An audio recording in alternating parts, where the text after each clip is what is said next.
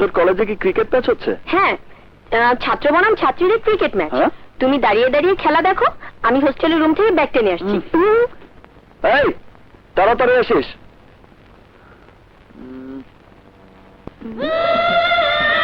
2 বলে 6 রান নিতে হবে, চিন্তা করিস না।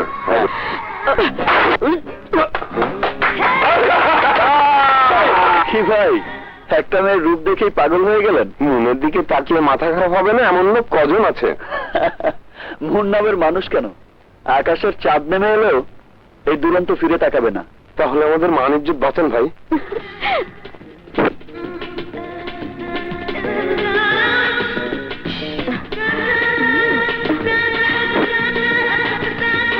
এই হিরো তো ব্যাট তুলে জিরো হয়ে যাবে।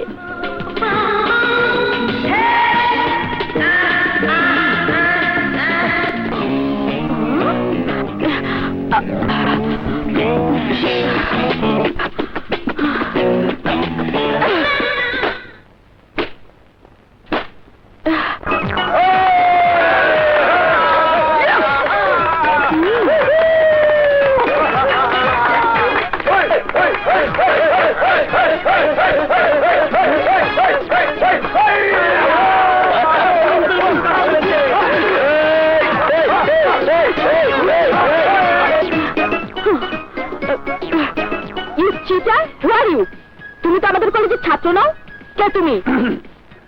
আমি এই কলেজের ছাত্র হতে না পারলেও একজন পুরুষ মানুষ, আর পুরুষ হয়ে নিজের চোখের সামনে অন্য কোনো পুরুষের হাত দেখতে পারবো না বলেই খেলতে নেমেছি। কিন্তু খেলায় তোমার অংশগ্রহণ করা পুরোপুরি বেআইনি। এক্সকিউজ মি, এই ধরনের কাপড় পরে আপনার মতো সুন্দরী মেয়ের এভাবে দৌড়ে বল করতে আসাটাও কিন্তু বেআইনি। You shut up! আরে রাখুন আপনার শাট আপ। এতদিন আপনি ছেলেদের মাথা খারাপ করেছেন, আর আজ আমি আপনার মাথা খারাপ করে দিয়ে গেলাম। বাই। ছেলেটা কে রে? দোলার ভাই দুরন্ত। শোন, ভাইয়াকে বলিস আমি একটু পরে আসছি। ওকে। ভাইয়া,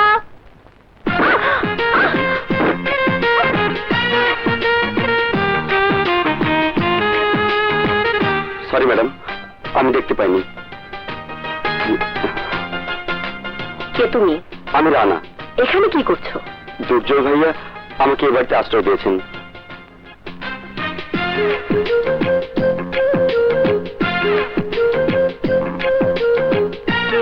কিরে তোলা, আমি তোর অপেক্ষায় আছি, আর তুই এসে ওইদিকে তাকিয়ে অমন করে কি দেখছিস? কিছু না ভাইয়া। ভাইয়া, বল, হোস্টেলে কেমন ছিলি? তোমাদের ছেড়ে কি ভালো থাকতে পারি? তবে আর ভয় নেই, পরীক্ষা শেষ, আর যেতে হবে না। আমার বাপি বাবাকে দেখছি না যে? হয়তো আমার সোনামণি, ও শুনেছ, লক্ষ্মীমণি, কেমন আছো তুমি? ভালো ফুপি, তুমি থাকলে আমার ব্যাট বল আরো ভালো জমবে। ঠিক তাই হবে, চলো চলো। বাবা দুর্জয়, বাবা দুর্জয়, আসসালামু আলাইকুম। ওয়ালাইকুম আসসালাম। মাস্টার সাহেব, হঠাৎ আগামী শুক্রবার আমার মেয়ের বিয়ে, তাই দাওয়াত দিতে এলাম। এই নাও বাবা, তুমি না আসা পর্যন্ত বিয়ে পড়ানো হবে না। কিন্তু মাস্টার সাহেব, আপনার মেয়ের বিয়ের দিন ডিসি সাহেবের সাথে আমার জরুরি মিটিং আছে, তাই যদি কিছু মনে না করেন তাহলে অবশ্যই আমার পক্ষ থেকে দুরন্ত যাবে, আর ওর যাওয়া মানে আমার যাওয়া। আমি জানি বাবা, তোমরা দু ভাই খাঁটি সোনার এপিট আর ওপিট, একজন উপস্থিত থাকলেই আমি শুভ কাজটা সেরে ফেলতে পারবো। চল মা, চলেন চলেন, চল।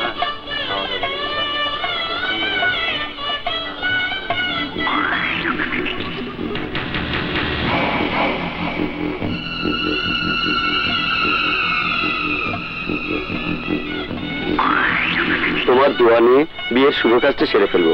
মা, ওনাকে সালাম কর, যা।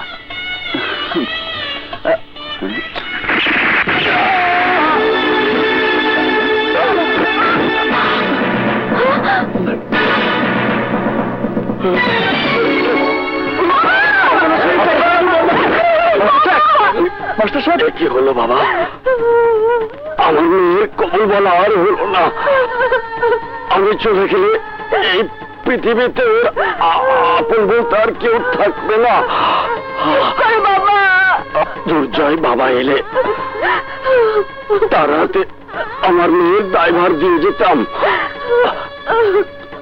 ওর বদলে তোমার হাতে আমি আমার মেয়েটাকে আমানত হিসেবে রেখে। তুমি মরতে পারো না বাবা।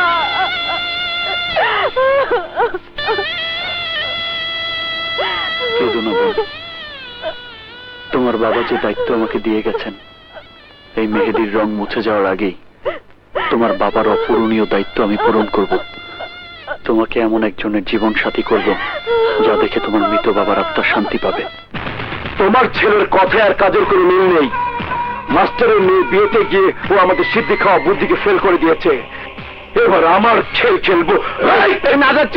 হ্যাঁ, শোন শোন শোন, আজও ফেল মেরেছে ঠিকই, কিন্তু কাল ষাঁড়ের লড়াইয়ের ময়দানে দুর্জয়দের মান সম্মানের ছাল বাকলা তুলে ফেলার ব্যবস্থা করব। তারপর আমরা জয়ের ধ্বনি দিয়ে লোকজন দিয়ে ওদের উপর হামলা করে মরণের বাণী শুনিয়ে আসবো। উপস্থিত ভাই বোনেরা, ঠুকু বইনেরা নাই তো? আছে তো ভাই সব। প্রতিবারের মতো এইবারও সিরাজনগর ও হিরাজিলের মধ্যে এই ধন্যা গ্রামে পাগলা ষাঁড়ের সাথে লড়াইয়ের আয়োজন করা হয়েছে। যে জিতবে সেই গ্রামে জমি পাবে, কিন্তু এইবার অন্য রকম। যে জিতবো সে জমি তো পাইবই, সঙ্গে একটা লটারি আছে। লটারি লটারি আর লটারিটা হলো অপূর্ব সুন্দরী মিস শাহানা। তার ইচ্ছা অনুযায়ী সেই বীর পুরুষকে জীবন সাথী হিসাবে মালা পরাবে।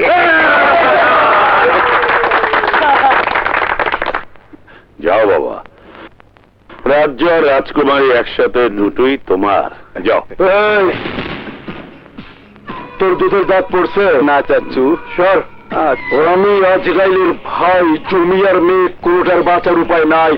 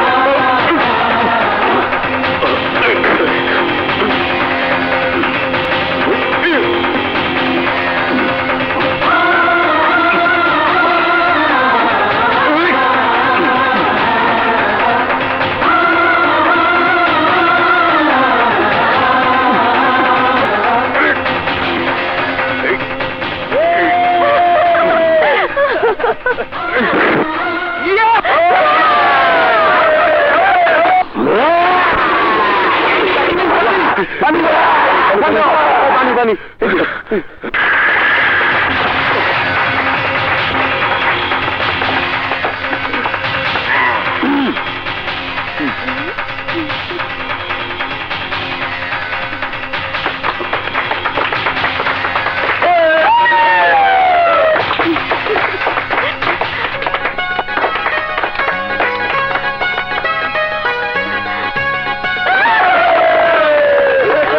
ভাই সব এই সিরাজনগরের আদর্শ সৎ সাহসী সন্তান, আমাদের গর্ব। আমার বড় ভাই দুর্জয় চৌধুরী আবারও প্রমাণ করেছেন সে সত্যি একজন বীর পুরুষ।